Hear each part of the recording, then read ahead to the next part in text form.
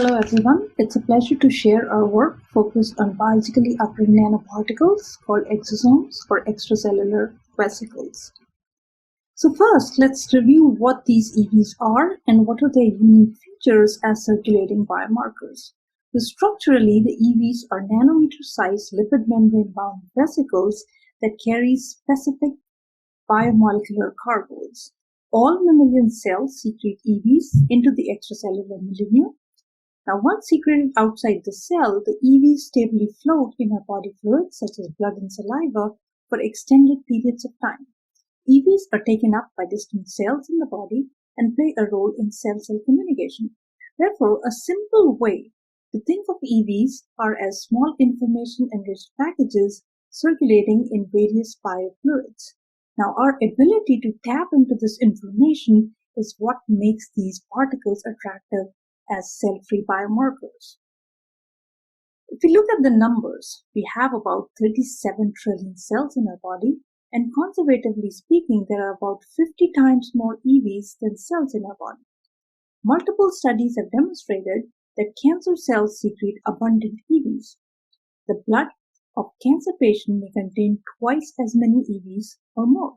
But more importantly, the EVs carry tumor-specific signatures, and that provides high diagnostic value to these particles. However, there are two main challenges to developing them as clinical biomarkers. Number one is their nanoscale size, and number two is the heterogeneity of these EV populations, both in terms of size and their content. So the combined result of these two features is manifested in our current knowledge on the predicted structure and molecular composition of typical EVs based on population averages. What is missing in this puzzle is the precise single EV information. So from the size perspective, it's important to note that most EVs are below 500 nanometers in size. They lie somewhere between antibodies and the mammalian cell, typically ranging from tens of nanometers to few microns. The imaging tools amenable to study nano-sized EVs include the electron microscopy, the atomic force microscopy, and now the super-resolution study methods. One thing to bear in mind, though, is that these methods not only bridge the size gap, but also they provide complementary information on EV structure and their biomolecular properties. So on the screen you see one of the very first images of an exosome, and at that time the electron microscopy was the only method capable of resolving sub-100 nanometer structures such as the exosomes. The right image is the electron microscopic observation of hole-mounted exosomes purified from mouse dendritic cells, showing a typical cup-shaped morphology. So to further probe into the structure and to better understand these particles, we employed field emission SEM to determine the structure of EVs. Here is an example of exosomes derived from human saliva.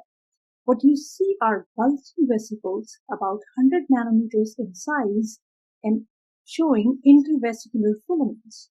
Now compared to the TEM images I showed before, we were able to confirm that the typical cup-shaped structure reported earlier was indeed an artifact of the imaging due to the folding of the lipid membranes under harsh imaging conditions in electron microscopy, and which is now a well-recognized concept in the EV field. Moreover, we mapped the tetraspanning CD63 receptor densities, which were overexpressed in cancer EVs using AFM-based single-molecule force spectroscopy. Also, AFM imaging provided the first structural evidence of the release of exosomes from multivesicular bodies, which are seen here in an oral cancer salivary exosome sample. So far I've demonstrated the successful application of AFM to study patient exosomes, but also there is an emerging need in the EV field for biophysical characterization of EVs prior to any downstream biomolecular analysis. The goal is to develop standardized assays, a frequent problem encountered when different EV isolation and characterization techniques are implemented in the absence of a gold standard. Turns out that most commonly employed EV characterization methods fall below the sensitivity required for the heterogeneous nanoparticles such as EVs. We reported that isolation methods employed significantly impacted the EV characteristics and also their downstream analysis. In a more robust study, we recently reported direct comparisons of single EV characteristics using breast cancer-derived EVs as models from multiple isolation techniques and provided a nanoscale analytical framework for EV isolates at the single particle level.